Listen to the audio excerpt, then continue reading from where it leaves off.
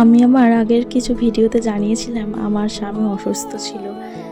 তারপর অনেকেই আমার কাছে মেসেজ করে জানতে চেয়েছিলেন যে আমার স্বামীর কী হয়েছিল। তাই ভাবলাম আজ একটু তোমাদের জানাই, কারণ আমি সেই মুহূর্তে সেভাবে কাউকে জানাইনি। কিছুদিন আগে আমার স্বামীর হেপাটাইটিস এর কারণে লিভারের সংক্রমণ অর্থাৎ লিভার ইনফেকশন ধরা পড়ে। হঠাৎ করে খুব শরীর খারাপ হয়ে যায়। পরিস্থিতি এমন হয়েছিল যে কয়েকদিন হাসপাতালে ভর্তি থেকেও চিকিৎসা করতে হয়েছে।